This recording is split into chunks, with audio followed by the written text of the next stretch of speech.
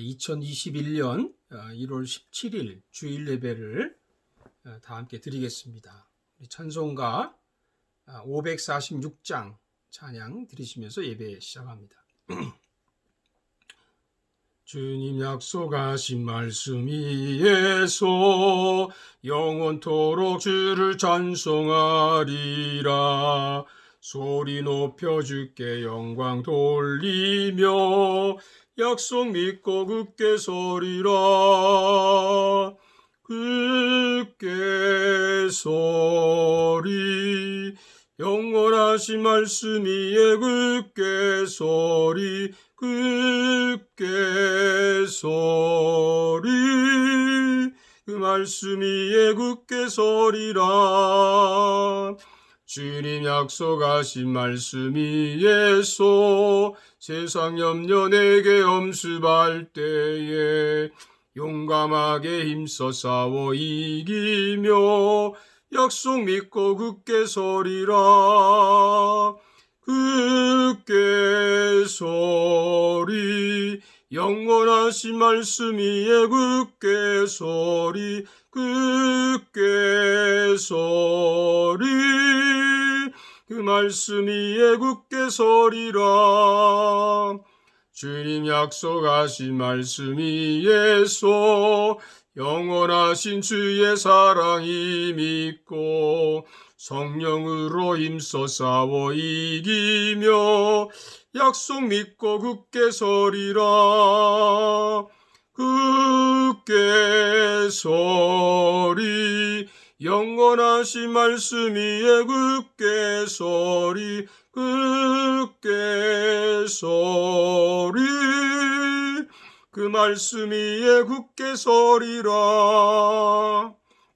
주님 약속하신 말씀 위에서 성령 인도하는 대로 행하며 주님 품에 항상 안식 얻으며 약속 믿고 굳게 서리라. 굳게 서리 영원하신 말씀 위에 굳게 서리. 굳게 서리 그 말씀 위에 굳게 서리라. 아멘. 오늘 주신 하나님 말씀을 같이 보겠습니다. 마태복음 8장 5절에서 13절까지 말씀이 되겠습니다. 마태복음 8장 5절에서 13절까지 말씀 제가 봉독합니다. 예수께서 가버나움에 들어가시니 한 백부장이 나와 간구하여 이르되 주여 내 하인이 중풍병으로 집에 누워 몹시 괴로워하나이다. 이르시되 내가 가서 고쳐주리라. 백부장이 대답하여 이르되 주여 내 집에 들어오심을 나는 감당하지 못하겠사오니 다만 말씀으로만 하옵소서. 그러면 내 하인이 낫겠사옵나이다. 나도 남의 수하에 있는 사람이요 내 아래에도 군사가 있으니 이더러 가라 하면 가고 저더러 오라 하면 오고 내 종더러 이것을 하라 하면 하나이다. 예수께서 들으시고 놀랍게 여겨 따르는 자들에게 이르시되 내가 진실로 너에게 이르노니 이스라엘 중 아무에게서도 이만한 믿음을 보지 못하였노라. 또 너희에게 이르노니 동서로부터 많은 사람이 이르러 아브라함과 이삭과 야곱과 함께 천국에 앉으려니와 그 나라에 본 자손들은 바깥 어두운 데 쫓겨나 거기서 울며 이를 갈게 되리라. 예수께서 백부장에게 이르시되 가라 내 믿은 대로 될지어다 하시니 그 즉시 하인이 나으니라. 아멘. 네, 오늘 주신 말씀을 가지고 말씀으로만이라고 하는 제목으로 말씀 나누겠습니다. 오늘 설교는 사실 2019년도 교회 표호 구절이기도 했는데 그때 설교를 이미 했었죠. 제가 다시 하게 된 이유가 있는데 그것은 저도 이 말씀을 들여다보면서 지금 현재 코로나로 인해서 대면 예배와 비대면 예배라는 이런 가운데 이 본문이 예수님의 치유 사역 중에서 대표적인 비대면 치유 사역이기 때문에 이 말씀을 다시 한번 설교하게 됐습니다. 일전에 그 대면 예배만 진짜 예배고 비대면 예배는 가짜 예배라고 주장하는 사람들도 있다는 말을 제가 한 적이 있었죠.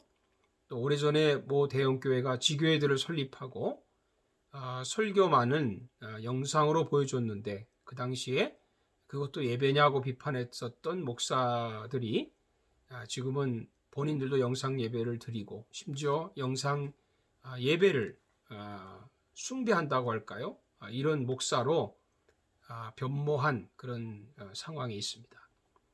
뭐 영화 제목이기도 하지만 이걸 바꿔서 그때는 틀리고 지금 맞다 뭐 이렇게 해야 하나 하는 생각이 듭니다.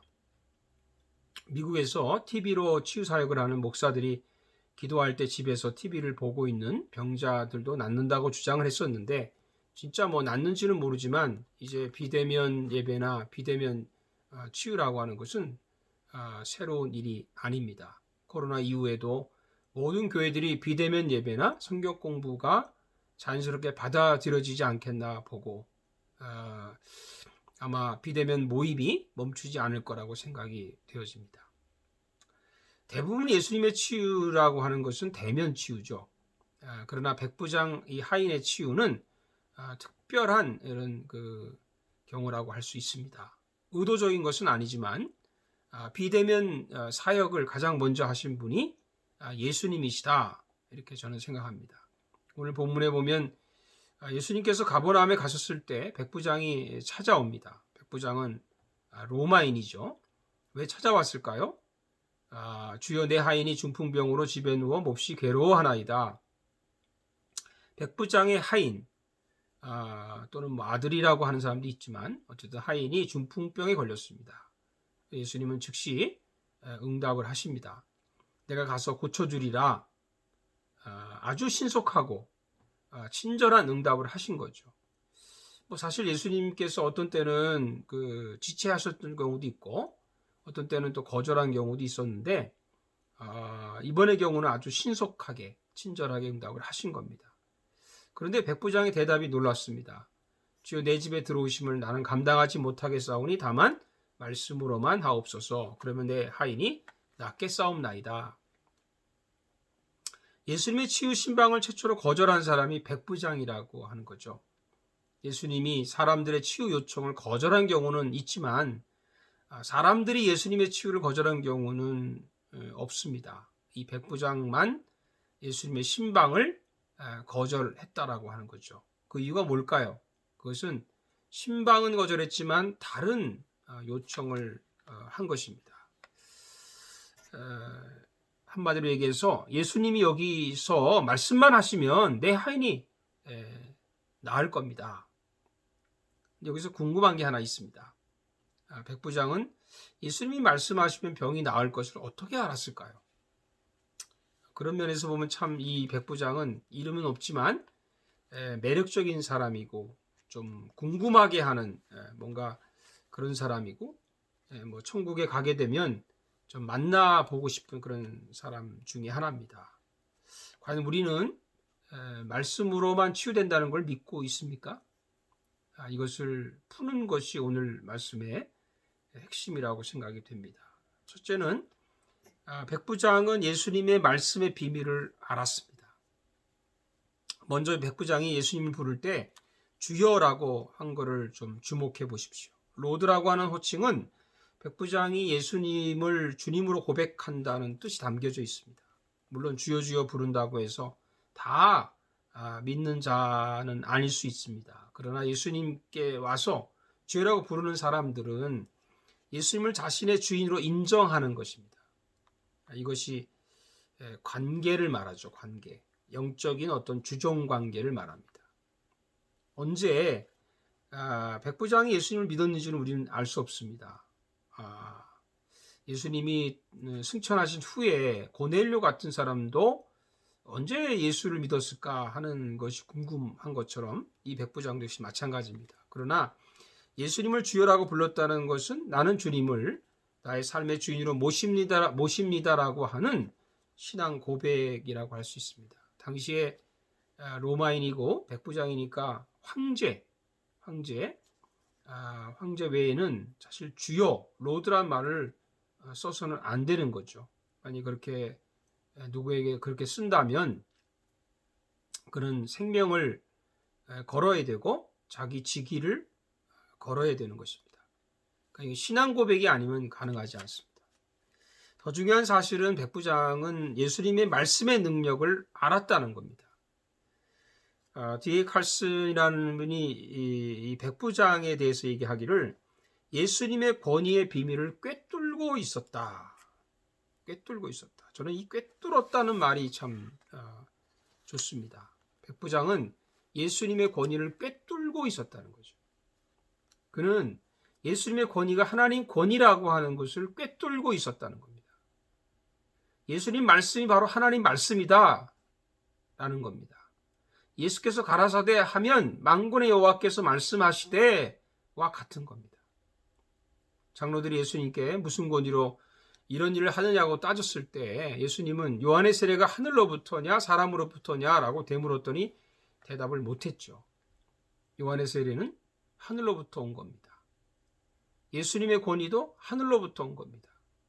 거듭나는 것도 하늘로부터 위로부터 온 것입니다.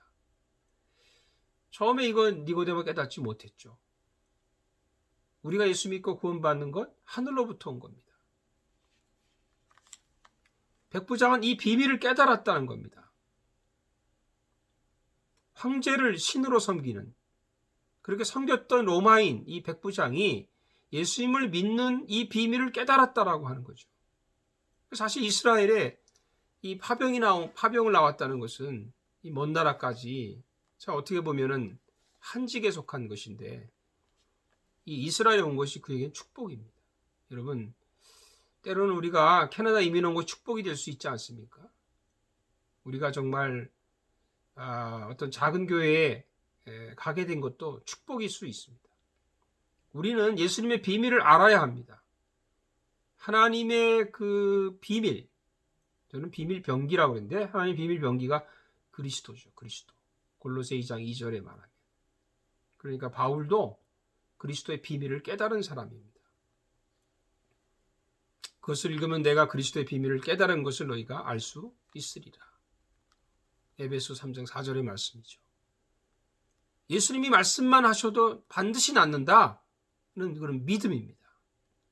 우리 모두 예수님 말씀의 능력을 믿읍시다. 둘째는 백부장은 말씀을 자신에게 적용을 했습니다. 백부장이 예수님이 말씀만 하시면 하인의 병이 나을 거라는 것을 어떻게 알았을까요? 그의 체험에서 나온 적용입니다. 나도 남의 수하 있는 사람이요 내 아래도 군사가 있으니 이더러 가라 하면 가고 저더러 오라 하면 오고 내 종도로 이것을 하라 하면 하나이다. 이게 무슨 말입니까? 이 백부장은 예수님의 종이라는 것을 깨달은 거죠.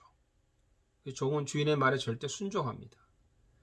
여기에 자신의 체험을 적용합니다. 백부장은 100명의 부하들이 있습니다. 부하들이 백부장의 명령에 따라 순종합니다. 이유가 뭡니까? 백부장 명령이 바로 로마 황제의 명령이라고 믿기 때문이죠. 다른 말로 말하면 백부장은 자신의 명령이 로마 황제의 명령으로 믿는 겁니다. 이와 같이 마찬가지로 예수님의 명령은 하나님 명령입니다. 그래서 주인이신 예수님이 명령하시면 백부장은 절대 순종한다 하는 것을 믿은 겁니다. 칼슨은 이거를 자기 이해, 이 적용이란 말을 자기의 self understanding 이렇게 말했어요. 여러분, 내가 나를 이해해야 남을 이해할 수 있지 않습니까? 우리 나도 나를 이해 못하면서 어떻게 남을 이해할 수 있겠어요? 신앙생활 잘하는 비결 중에 하나는 저는 적용을 잘하는 거라고 생각합니다. 그것도 자기에게 적용을 잘해야 돼요. 예전에 몇 분들과 퀴트를 한 적이 있었는데 여집사가 그 말씀 묵상하고 나서 이게 나눌 때 보면 항상 목사인 저에게 적용을 합니다. 참 재미있어요. 말씀 묵상을 하면서 이 말씀은 우리 목사가 들어야 돼. 이렇게 하면서 적용을 하는 거죠. 자신은 완벽한 사람이고 목사만 고치면 된다는 겁니다. 물론 목사가 고칠 점이 많죠. 그것은 목사 자신이 적용해야 되지 않나요? 그 집사는 말씀을 자기에게, 자신에게 적용해야 되지 않습니까? 목사에게 적용하는 것은, 남에게 적용하는 것은 영적 교만입니다. 말씀을 나에게 적용합시다. 부부도 서로 남에게 적용하지 말고 자기에게 적용합시다. 자녀에게도 이 말씀 자녀에게 주는 말씀이 아니다고 생각하지 말고 나에게 주는 말씀으로 받읍시다. 교인들끼리도 마찬가지예요. 말씀을 나에게 적용할 수 있기를 축복합니다. 예수님은 항상 말씀을요 자신에게 적용하셨어요. 모세가 들었던 노뱀 보면서 십자가로 적용했고, 마리아가 향유를 부를 때도 이것은 내 십자가의 죽음을 이라고 하는 것으로 적용했고, 안드레와 빌립이 헬라인들이 만나고 싶다고 하니까 이것도 내가 십자가 질 때가 가까이 왔다라고 적용하시고, 표적 보여달라고 할 때 요나의 표적밖에 보일 수 없다. 십자가의 죽음을 말하는 거죠. 성전을 자기 육체로, 안식일의 주인을 자신으로. 하여튼 어떤 말씀이든지 예수님은 자신에게 적용을 하셨어요. 사랑하는 여러분들, 어떤 말씀이 되든지 우리도 먼저 내 자신에게 적용할 수 있기를 축복합니다. 말씀을 나에게 적용해야 내가 변합니다. 이렇게 되기를 주님의 이름으로 축복합니다. 세 번째는 백부장이 예수님의 말씀의 능력을 믿은 가장 큰 이유는 사랑이라고 생각합니다. 사랑. 백부장은 사랑이 많은 사람입니다. 누가복음 7장 2절에 어떤 백부장이 사랑하는 종이 병들어 죽게 되었더니라고 기록합니다. 병들어 죽게 된 종은 백부장이 사랑하는 종이었습니다. 많은 종들 중에 이 종을 백부장이 특별히 사랑하게 되었을까요? 아마도 평소에 충성하고 순종하고 뒤에서 쑥흥거리지 않고 주인을 항상 존중하는 그런 종이 아니었을까요? 아니면 요셉처럼 이 종은 이미 예수를 믿는 크리스찬이 아니었을까요? 마태복음에는 백부장이 종을 사랑했다는 말의 기록은 없지만 직접 예수님을 찾아왔다는 것을 보면 알 수 있습니다. 보통 백부장이 종을 위해 직접 나서서 찾아오지는 않죠. 종이 아파도 신경 쓰지를 않습니다. 사랑하니까 직접 찾아온 겁니다. 하나님 우리를 사랑한다는 것을 어떻게 알 수 있나요? 예수님이 직접 이 땅에 우리를 찾아오신 겁니다. 그리고 직접 십자가에서 우리를 위해서 죽으신 거죠. 교회를 사랑한다는 건 어떻게 합니까? 우리 스스로 직접 예배하러, 기도하러 찾아오는 거죠. 교인들 사랑하는 걸 어떻게 합니까? 직접 찾아가는 거죠. 사랑은 남을 시키지 않습니다.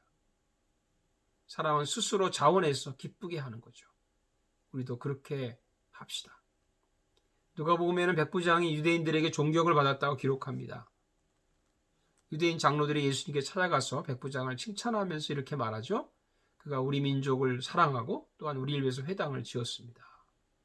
백부장은요 권세를 부리지 않았어요. 오히려 그들을 사랑하고 회당까지 지어줬습니다.